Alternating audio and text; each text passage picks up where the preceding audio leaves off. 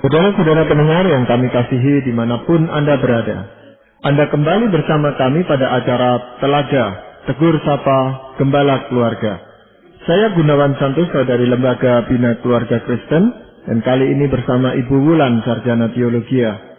Kami akan berbincang-bincang dengan Bapak Pendeta Dr. Paul Gunadi. Beliau adalah seorang pakar dalam bidang konseling, serta dosen di Seminari Alkitab Asia Tenggara, Malang. Perbincangan kami kali ini tentang pendidikan seks dalam keluarga. Kami percaya acara ini pasti bermanfaat bagi kita sekalian, dan dari studio kami mengucapkan selamat mengikuti.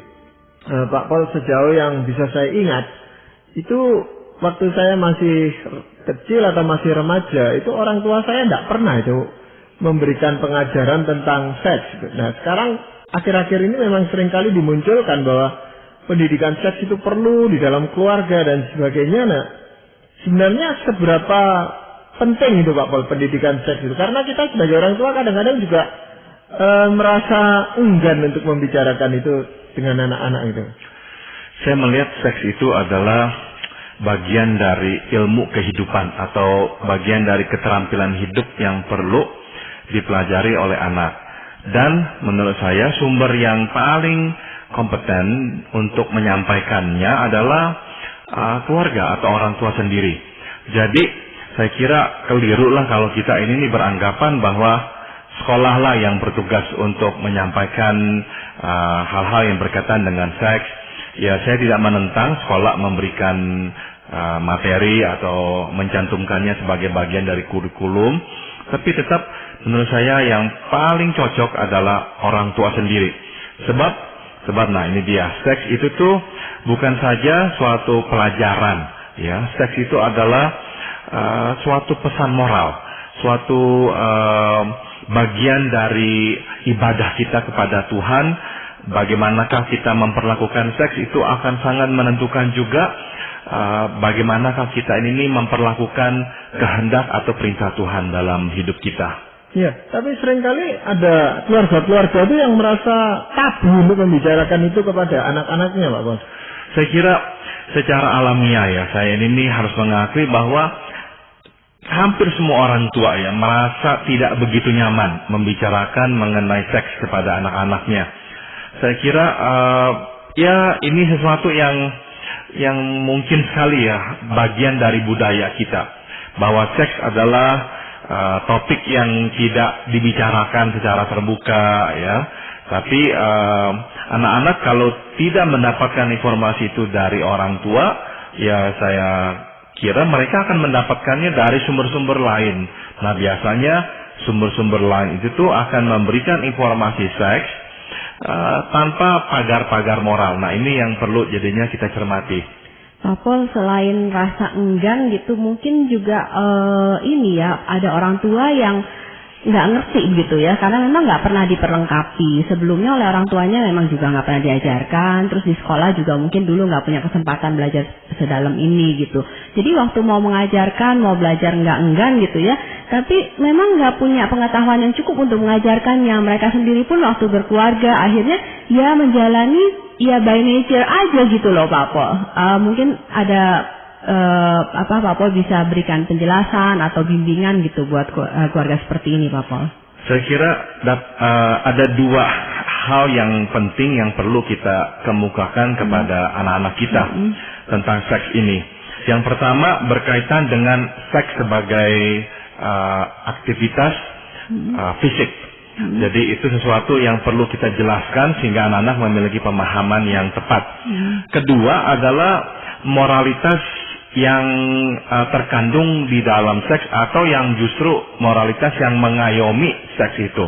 Nah, ini juga bagian yang harus dijelaskan kepada orang tua, dijelaskan oleh orang tua. Saya kira keseimbangan keduanya ini penting. Ada kecenderungan orang tua tidak nyaman membicarakan bagian yang pertama, yaitu tentang seks itu sendiri, dan lebih nyaman membicarakan pesan-pesan moral tentang seks. Jadi yang acap kali orang tua sampaikan adalah misalkan ya pesan-pesan jangan, nggak boleh, tidak boleh, kamu salah begini, Tuhan marah, Tuhan hukum dan sebagainya. Tapi tidaklah membahas tentang seks itu sendiri. Nah, marilah kita sekarang lihat satu persatu. Yang bagian pertama adalah tentang seks itu sendiri. Kita harus memberikan informasi sebetulnya seks itu apa, ya. Nah, pertanyaan yang biasanya muncul adalah kapankah kita mulai ya membicarakan hal ini.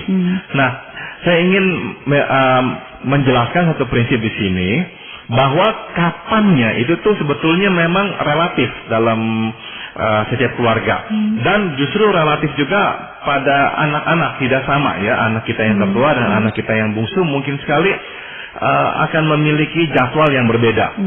Saya ingat sekali bahwa waktu anak kami berusia sekitar 8 tahun, anak kami mulai menanyakan tentang dari manakah munculnya adik. Nah, itu pertanyaan klasik yang seringkali anak-anak tanyakan. Nah, awalnya kami memang mencoba menjelaskannya dengan cara-cara yang lebih ya supernatural ya. Kami berkata Tuhan memberikan anak itu. Nah, anak kami itu menerima penjelasan kami. Kemudian tidak lama dia menanyakan lagi. Terus kami memberikan penjelasan yang sama, tapi dia tidak bisa menerimanya. Dia berkata, apakah itu berarti Tuhan menaruh adik di dalam perut mama? Nah, kami katakan iya. Nah, kok itu rasanya tidak masuk akal, dia katakan. Nah, akhirnya kami katakan ya bahwa tidak ada yang mustahil bagi Tuhan. Tetap dia tidak terima. Nah, setelah itu seorang kawan saya mengingatkan bahwa kemungkinan anakmu itu tuh sudah mulai membicarakan tentang seks dengan teman-temannya. Nah, daripada dia terus membicarakan dengan teman-temannya dan mencari tahu informasi dari teman-temannya, lebih baik kamu jujur ya, menceritakan apa itu yang terjadi. Nah, akhirnya saya dan istri saya menjelaskan tentang hubungan seks. Nah, otomatis ya kami tidak menggunakan istilah-istilah rumit, kami hanya menggunakan istilah-istilah awam bahwa inilah yang kami lakukan, yaitu suatu persatuan antara wanita dan pria, dan akhirnya lahirlah adik. Nah, ternyata anak kami bisa menerima hal itu ya, meskipun saat itu kemungkinan besar dia tidak memiliki gambarannya, tapi yang paling penting adalah konsep atau penjelasan ini masuk akal, makanya dia terima. Nah, waktu anak-anak sudah mulai menginjak usia pra-remaja, saya dan istri saya memang dengan sengaja dan terencana memanggil mereka untuk berbicara tentang hal-hal yang berkaitan dengan seks itu sendiri. Saya memanggil anak laki saya dan mulai membicarakan mengenai seperti mimpi basah dan masturbasi, dan istri saya memanggil anak-anak perempuan untuk berbicara tentang menstruasi dan lain sebagainya. Nah, itu kira-kira waktu anak kami berusia sekitar 10 tahunan, 11 tahun. Nah, waktu anak kami sudah lebih dewasa dan sudah menginjak masa remaja 15-16 tahun, saya panggil lagi yang laki-laki dan saya ajak ngomong berdua, dan saya membicarakan lagi hal-hal yang pernah kami bicarakan dulu, yaitu tentang misalkan seperti masturbasi dan mimpi basah. Nah, hal-hal itu kami bicarakan dengan terbuka. Jadi saya yang memulai percakapan itu. Jadi sekali lagi, pada masa kecil anak-anak biasanya yang berinisiatif menanyakan hal-hal yang tidak dimengertinya tentang dari manakah adik muncul dan sebagainya. Tapi pada masa anak-anak mulai menginjak remaja, saya kira inisiatif harus diambil oleh orang tua. Orang tua tidak bisa lagi duduk dengan pasif menantikan anak yang datang bertanya kepadanya. Pada usia 15-16, anak-anak tidak akan lagi bertanya, karena mereka sudah rasa sungkan dan enggan, dan akhirnya mereka akan mencari tahu dari pihak luar. Nah, itulah yang kami lakukan, Ibu Wulan. Ya, ada kekhawatiran Pak Paul, di pihak orang tua ini tentunya. Kalau dia mulai menceritakan atau menyinggung tentang seks, anak itu akan bertanya hal-hal yang sebenarnya belum patut untuk dia ketahui gitu Pak Paul. Itu bagaimana? Nah, sebetulnya ini Pak Gunawan, waktu anak-anak mempunyai keingintahuan pada usia kecil itu, anak-anak masih mempunyai keterbatasan hormonal untuk dapat mengalami atau merasakan rangsangan-rangsangan seksual.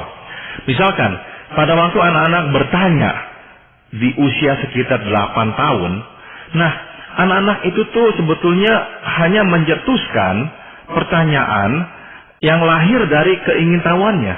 Jadi ini benar-benar suatu aktivitas mental, ya, dan relatif bebas dari desakan-desakan hormonal. Tapi waktu si anak tidak mendapatkan jawaban dan dia ingin mempunyai jawabannya dan dia mulai mencarinya, Nah, misalkan dia baru mulai mendapatkan jawaban itu tuh sekitar usia 14 tahun. Pada saat itu, waktu si anak menanyakan atau mencari informasi tentang seks, informasi itu tuh bukan saja lahir dari keingintahuannya secara mental, tapi merupakan bagian dari gejolak hormonal dalam dirinya. Dengan kata lain, pertanyaan itu sudah dimotori oleh energi seksual, ya, oleh keinginan untuk mempunyai kontak seksual dengan orang. Nah, itulah yang mulai bergejolak di dalam dirinya. Itu sebabnya saya kira penting sekali orang tua menyadari bahwa tatkala anak-anak mulai menanyakan sekitar usia 8-9 tahun, berilah jawaban yang lebih terbuka. Pada usia 4-5 tahun sudah tentu kita tidak usah memberikan jawaban yang gamblang, ya, karena terlalu kecil, mereka pun belum mengerti. Tapi pada usia 8-9 tahun anak-anak sudah mulai memiliki konsep ini masuk akal atau tidak. Nah, ternyata kalau tidak masuk akal lagi buat si anak, ya kita harus lebih terbuka, langsung ya menceritakan sebetulnya apa itu yang terjadi antara suami dan istri yang akhirnya melahirkan seorang anak. Nah, waktu mendapatkan jawaban itu, si anak mendapatkan kepuasan secara intelektual, ya, bahwa oke, sekarang saya memahami. Dan ini suatu keuntungan karena jawaban itu tuh bisa menolongnya melewati masa remaja. Sehingga pada masa remaja, sewaktu dorongan-dorongan hormonalnya itu tuh mulai bergejolak dan memotivasi dia untuk mengetahui, dia sebetulnya tidak perlu tahu lagi karena dia sudah tahu. Nah, berbeda dengan anak-anak yang tidak pernah tahu, kemudian pada usia 14-19 tahun mengalami gejolak hormonal seksual dan ingin tahu. Nah, rasa ingin tahu itu tuh sudah memang ya saya gunakan kata tercemar lah ya oleh dorongan-dorongan seksual tersebut, sehingga proses pencarian tahu informasi itu menjadi proses yang lebih membingungkan, lebih bisa bersifat erotis dan sebagainya. Dan lebih berbahaya ya Pak Pol kalau misalnya mereka dapat informasinya justru dari lingkungan teman-temannya yang sebenarnya sama-sama ya istilahnya informasinya juga tanggung-tanggung kan begitu, tapi suka sok tahu gitu kan, gini bahkan terus mencoba bereksperimen gitu Pak Pol. Betul sekali. Nah, kebanyakan anak-anak itu memang ya sewaktu mendapatkan informasi dari teman-temannya, mereka memberikan reaksi atau respons yang berbeda. Ya, dibandingkan kalau pada awalnya usia yang lebih muda mereka mendapatkan informasi itu dari orang tuanya. Bedanya apa? Pada usia remaja itu tuh, waktu mereka mendapatkan informasi dari teman-temannya, mereka akan lebih terdorong menggali informasi. Merasa ini tidak cukup dan harus lebih grafik lagi dan harus lebih grafik lagi. Nah, disinilah pencobaan muncul, yaitu masuknya peranan-peranan seperti internet atau VCD porno dan sebagainya. Nah, inilah bedanya zaman sekarang dan zaman sewaktu kita masih lebih muda dulu. Ya, pada zaman ini benar-benar tidak ada lagi batas pemisah. Tembok rumah itu tuh dalam pengertian ini ya, sesungguhnya tidak ada. Anak-anak itu tuh bisa dijangkau dan menjangkau materi-materi pornografi dengan sangat mudahnya. Nah, orang tua akhirnya ya harus lebih terlibat mengawasi, memantau perkembangan anaknya di rumah, apa yang dia lakukan dengan komputernya, ya, sehingga anak-anak itu tuh tahu bahwa mereka harus mempertanggungjawabkan perilaku dan waktunya di hadapan orang tua. Jangan sampai anak-anak remaja mempunyai privasi yang begitu kuatnya sehingga orang tua sama sekali tidak bisa memasuki dunianya. Itu adalah awal dari bencana. Ya, Bapak, karena ini suatu pendidikan, ya Pak, namanya pendidikan seks itu materi-materi apa yang kira-kira mesti diberikan gitu Pak? Dan apa yang tidak mesti diberikan ya? Oke. Yang pertama yang harus diberikan adalah tentang hubungan seksual itu sendiri, yaitu tentang apa yang dilakukan oleh seorang pria kepada seorang wanita. Nah, secara seksual, secara grafik sebetulnya apa yang terjadi. Nah, itu yang perlu disampaikan oleh orang tua kepada anaknya. Nah, sekali lagi ini contoh ya yang terjadi dalam rumah tangga kami. Waktu saya menceritakan itu kepada anak kami, reaksi pertama anak kami adalah dia langsung berteriak, jijik ya berkata. Dan itu adalah reaksi anak-anak ya. Namun sekali lagi setelah dia mengerti, itu memuaskannya. Sehingga dia tidak lagi dibayang-bayangi keingintahuan. Ya, dia sudah mengerti, oh itulah yang terjadi. Dan reaksi anak-anaknya adalah jijik. Ya, nah sudah tentu setelah dia menginjak lebih dewasa, reaksi jijik itu tidak akan ada lagi. Namun, ya sekali lagi yang penting adalah dia mengetahuinya, apa yang sungguh-sungguh terjadi antara pria dan wanita suatu berhubungan seksual. Yang kedua, yang perlu diberitahukan juga adalah tentang misalkan kepada anak-anak laki, yaitu masturbasi. Anak-anak perempuan juga saya kira perlu diberitahukan. Nah, bagi saya pribadi, hal-hal seperti ini adalah bagian dari perkembangan seorang anak memasuki masa pubertas dan akhirnya menginjak usia dewasa. Nah, yang saya akan tekankan kepada anak-anak adalah nomor satu, ini bagian perkembangan. Ya, jadi kalau ini sampai dilakukannya, ini adalah sesuatu yang dapat saya toleransi, tidak apa-apa. Namun, nah ini dia bagian yang tadi saya sebut, bagian yang kedua, harus juga ada pesan-pesan moralnya. Ya, nah misalkan, apakah boleh melakukannya dalam hal ini masturbasi sekehendak hatinya tanpa batas dan sebagainya. Nah sudah tentu akan ada panduannya, akan ada pagarnya, ya. Sebab firman Tuhan juga berkata bahwa kalau kita dikuasai ya oleh apapun, kita menjadi hamba dari apapun yang menguasai kita itu. Dan kita tahu kita tidak boleh menjadi hamba siapapun atau apapun. Kita hanya boleh menjadi hamba Tuhan, ya, hamba dari Tuhan sendiri. Maka sesuatu yang boleh pun harus dalam kendali kita, harus dalam kuasa kita. Tidak boleh kita itu dikuasai olehnya dan sekehendak hatinya kita melakukannya. Dan yang kedua, yang kita juga mesti jelaskan tentang relasi seksual itu sendiri. Bahwa itu adalah sesuatu yang alamiah, sesuatu yang baik, yang Tuhan ciptakan kepada manusia sebagai hadiah, sebagai juga alat untuk menenangkan diri, merelakskan diri, dan untuk sarana berkembang biak. Namun Tuhan hanya mengizinkan itu dalam konteks pernikahan. Jadi pesan-pesan moral ini yang kita harus terus-menerus sampaikan kepada anak-anak kita. Yang berikutnya adalah kita juga mau menyampaikan kepada anak-anak kita bahaya-bahayanya kalau anak-anak terlalu terfokus dan banyak melihat atau mulai melihat-lihat hal-hal yang bersifat pornografi. Yaitu semua ini tidak membuat kita puas. Semua ini membuat kita tambah haus dan akhirnya kita tidak pernah puas diri. Ya, kita tahu bahwa pornografi itu memang bersifat mencandu dan bersifat terus-menerus menambah, ya, tidak cukup dengan dosis yang sama. Nah, anak-anak perlu diberitahukan, kalau kamu mulai melihatnya, berarti kamu memasuki suatu siklus yang nanti kamu terus dibawa berputar di situ, makin hari makin dalam, tidak bisa keluar. Jadi kamu harus membatasi diri, tidak melihatnya. Hal-hal lain lagi apa yang bisa kita lakukan? Misalkan dalam menonton televisi, sesuatu yang sangat alamiah. Dalam rumah tangga kami, kalau kami melihat ada adegan-adegan ciuman, atau ada adegan yang mulai mengarah ke sana, kami langsung ganti channelnya.